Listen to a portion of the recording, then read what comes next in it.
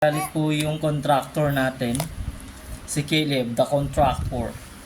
Asan ba yung mga tauhan mo, Caleb? Nasaan? Galit na siya. Hindi nyo pa natatapos yung tulay. Yung pinapahukay ko, hindi nyo pa natatapos. Ayan na. Galit na galit ka na. Sige, magalit ka. Eh, Kaya mo yan. Kaya mo yan, Caleb. Matatapos din natin ang pinagagawang proyekto ng ating mga nasa gobyerno. Ang mahiwagang kontraktor ay galit na. Wait. Yung kontraktor daw natin nagagalit na. Magtrabaho na tayo. Ano bang pinagagawa niya? Hindi ko din alam eh. Ano bang pinagagawa niya? Sumasakit na yung ulo ko. May pinapagawa ba? Wala namang pinagagawa ah. Tumanggap lang naman siya ng pera eh. Yun lang naman yung ginawa niya. Wala naman niya sinabi. Bakit siya nagagalit?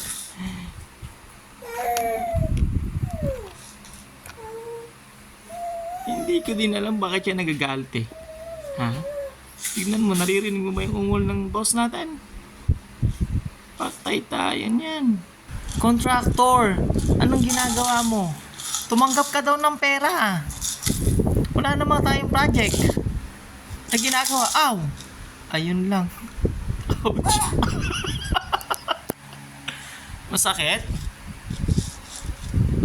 Ayun yung tinanggap mong pera sa kanila. Anong gagawin natin dyan? Tinatago mo lang. Caleb. Caleb! Ano ang pinagagawa natin, Caleb?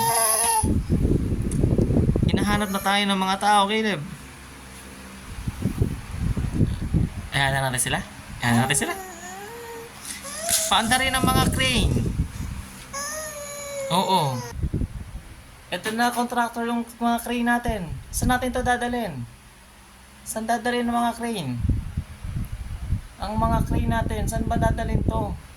Wala naman tayong gagawing project Papakita lang natin ito sa tao? Sige, pakita na lang natin. Guy, contractor.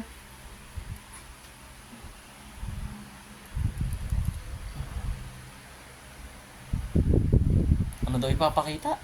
Sige na nga, andar na tayo. Contractor, ano po bang gagawin natin?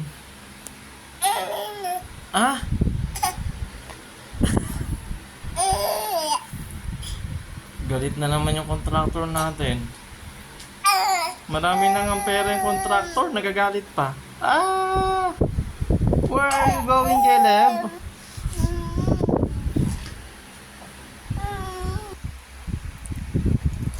Wow!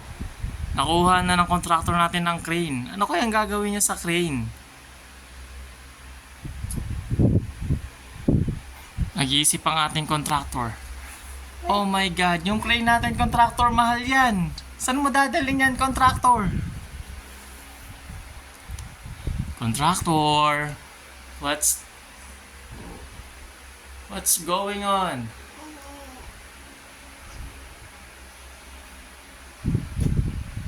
Wow.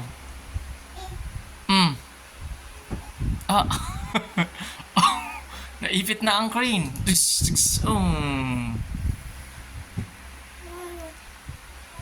Wala. Nalaglag yung crane. Anong gagawin mo, contractor? Ang crane ay handa na. Handa nang kunin ni Caleb. Ang ating contractor bumili ng mga pabango at teddy bear. Para kanino kaya yan? Oh no, hindi yan pagkain. No. Ikaw, contractor kanino yan? Kanino pabango yan at teddy bear? Kanino bibigay yan? Marami ka pa naman nakuha ang pera.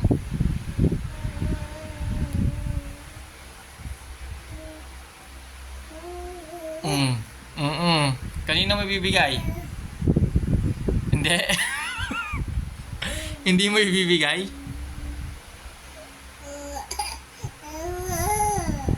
Oo. Ano, papang-inom mo na lang. O may bago ka pang sapatos. Saan mo binili yan? Ikaw madami ka na nakuhang pera, contractor.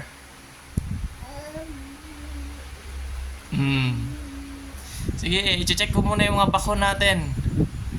Ano na kayang ginagawa nila? Bye-bye, ay! Bye-bye, contractor! Sige na. Diyan ka muna, contractor. Magalit ka muna. Ito yung mga bakon natin Ano naman silang ginagawa Contractor, yung mga bakon natin wala yung ginagawa doon. Anong kinakain mo? Kinakain na pala yung cellphone. Paano ba tayong makain? Bahala ka na nga dyan, contractor. Check ko muna yung mga tao natin. Bye-bye, contractor. Anong ginagawa niyo dyan? Mahukay ba yan?